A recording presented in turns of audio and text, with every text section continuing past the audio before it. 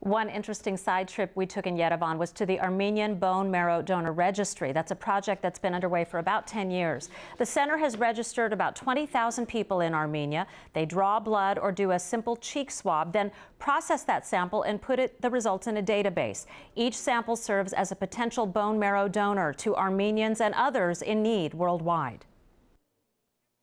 You much more easily are able to find a match within the Armenian population for an Armenian patient rather than looking for a match for an Armenian patient in some, Chinese or Italian, etc. Is that true of all ethnicities? Yes, it is true. It is true. If a match is found, the center is able to harvest the stem cells and then send them to the patient for transplant. Processing those samples is expensive. The doctor credits his angels listed on the wall as primary support for this life-saving effort. Our journey to Armenia continues with a look at its newest tourist attraction, a huge project both in terms of size and cost, and it's also considered the longest of its kind in the world. Armenia may not be the world's biggest country with the most populated cities, but it can boast of this. You can see 3 ropes for each side. So 2 of them, they are trach ropes. The world's longest aerial tramway. It's in southern Armenia's remote Syunik province. It carries passengers high above a river gorge to an ancient monastery. It's Armenia's latest plan to stir up tourism. It creates a really good opportunity not only for tourists to visit in southern part of Armenia, but also it makes a good opportunity for community neighbors because they are using this ropeway as a transport tool. This 11-minute flight travels 3.5 miles and connects the 5,000 people from 6 villages. The locals ride free and avoid the sometimes difficult weather and road conditions. It's a breathtaking view and an easy ride to the Datev Monastery, a fortress and holy compound founded in the 9th century. Datev was once a university and a political center and housed 500 monks. It's now home to just 2. The monastery of Datev has many merits and advantages, but the most important thing is the peace.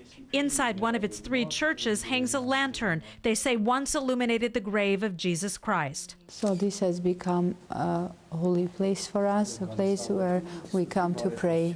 Father Mikhail says the tramway will expose more tourists to this sacred place. And residents in the village of Datev, like 22-year-old Anna Arshakian, whose family runs a bed and breakfast, are excited about it. I want to say the most important thing for me is that Datev became the important thing, not only in Syunik region, not only in Armenia, but also for all over the world. An 11-minute, 3.5-mile ride, the longest tramway connecting an Armenian treasure to the world. In just 1 week, we covered a lot of territory and saw so many things I will never forget. We hope you enjoyed what you saw and might consider a journey to a faraway place like Armenia. Thank you so much for joining us.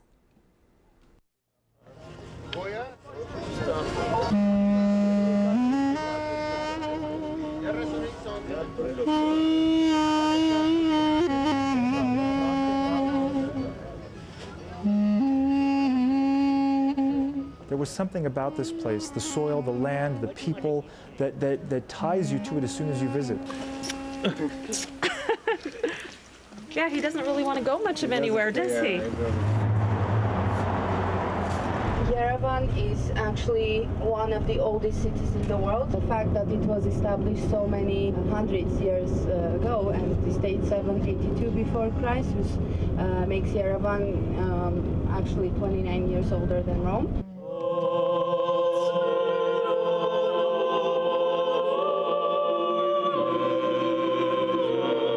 Armenia was the first country in the world to officially recognize Christianity as its state religion. That happened in 301. It depends on what do you search for life.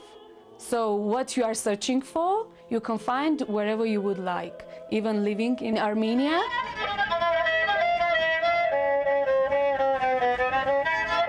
Armenia is a country. Face it, accept it. All with everything. I say it, and I will always say it, and I will fight for it.